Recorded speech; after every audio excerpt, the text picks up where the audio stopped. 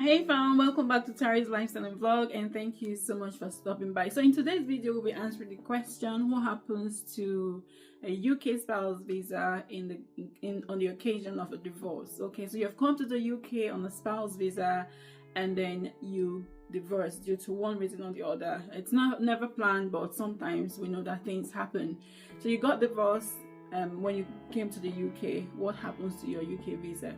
Okay, so the most important thing to note is that your visa is based on that relationship. Okay, so if you divorce from that person, your visa will become invalid because you've been given that visa because you told the UK Home Office that you are married to that person, okay, or in civil partnership with that person.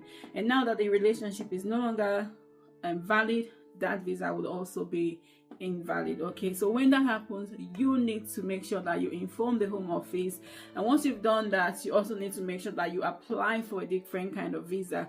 If you've been in the UK for maybe 4.5 years or up to 5 years when the divorce happens, then you might be eligible for an indefinite leave to remain or any other visa category for that matter. Or you might decide to apply for a job and then switch from a spouse visa to a work visa, or you can decide to apply if you have children as a parent and all of that. So you must make sure you inform the Home Office and apply for a different kind of visa if you are eligible, or leave the UK to a different country, maybe to your home country or to any other country for that matter. So this same rule applies to anyone on a dependent visa. Okay, so you will come to the UK not on a spouse visa but on a dependent visa. So a dependent visa is for someone that's come to the UK on a visa, okay, and the person does not have settlement in the UK. Maybe they've come on the work visa or any other visa category or a student visa, for instance, or any other visa that allows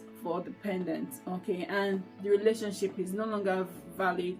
In that case, you need to inform the Home Office and either apply for a different kind of visa or leave the UK. Okay, so this is a quick and short one because I got a question and a number of people have asked the same question, and I thought I would do a short video. I hope this video is helpful to someone. If it has helped you, give it a thumbs up, share with your friends and family, and of course subscribe to my channel if you haven't already done so. Thank you so much for watching this video, and I'll see you in my next video.